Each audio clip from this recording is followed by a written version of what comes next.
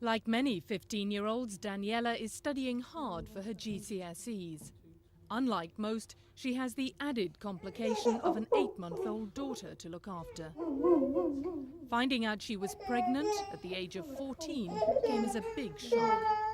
It was traumatic, I could use that word.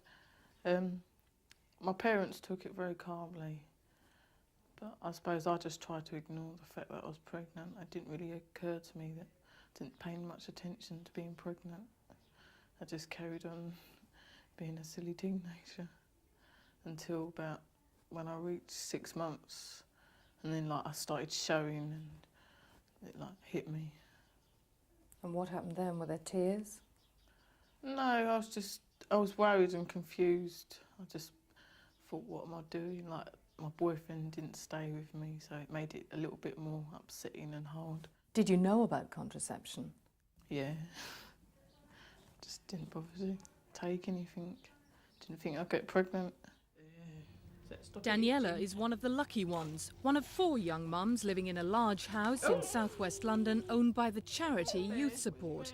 It runs on the lines of a family home. She has her own room and meals are taken together. Then there are therapy sessions and the chance to continue schoolwork on the premises. Well, I don't regret having her, but I do in a way. I know I shouldn't have had a baby so young, but that's life, isn't it? If I could turn back the clocks, I would. But I mean, I love her very much and I'm glad she's here now. It's changed me a lot. It's made me a nicer person. At 15, the future looks uncertain, at times frightening. What is worrying is that teenage pregnancies are on the increase at a time when family planning services are being heavily cut. Latest figures from Brook Advisory Centres, which specialise in contraceptive counselling for the young, reveal that over 8,500 girls under 16 became pregnant in 1988. The number of conceptions has risen steadily from 58 per thousand 15 to 19-year-olds in 1980 to 66 in 1988. At the same time, the number of sessions in family planning clinics has steadily fallen from 202,000 to 191,000 in 1987. I think there may be an increase in teenage pregnancies that are unwanted. But it's not just the pregnancies that we're concerned about, it's the whole range of their sexual health. That you have to make them aware that the pill may give them very good protection against a pregnancy, but used on its own, it doesn't give any protection against sexually transmitted diseases. While the government says family doctors will provide the service, Faye Hutchinson believes many, particularly the young, will miss out. I think the difference with the family doctors, there's still not a clear message that, particularly if you're under 16, that it's going to be confidential. Some doctors will not see anyone under 16 without a parent being present. And I've heard on more than one occasion from different practices the situation where a youngster goes in to ask to see the doctor. And in a fairly public reception room, is told by the receptionist, you can't see the doctor without your mother being present.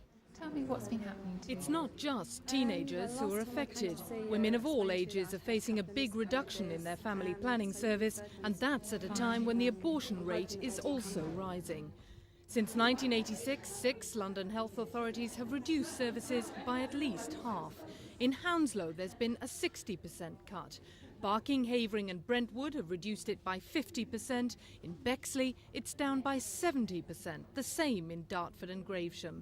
Gravesend has made a 50% cut, and Kingston and Esher have reduced family planning services by 60%. It isn't only a question of money, though. It's a question of planning and thinking, how can you reach the groups who are inaccessible? We've recently funded some special schemes to try and address the needs of the young in the city, in Milton Keynes, in South Sefton.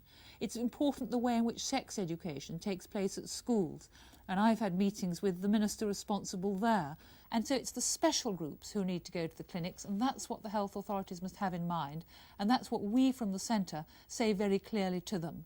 But I shall be having further meetings next month with the Family Planning Association, with the Brook Clinic and other people involved to say, are we meeting our targets? Are we achieving all that we hope to achieve?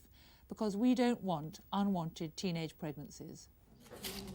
The Brook clinics argue the real need is for wider choice and better sex education.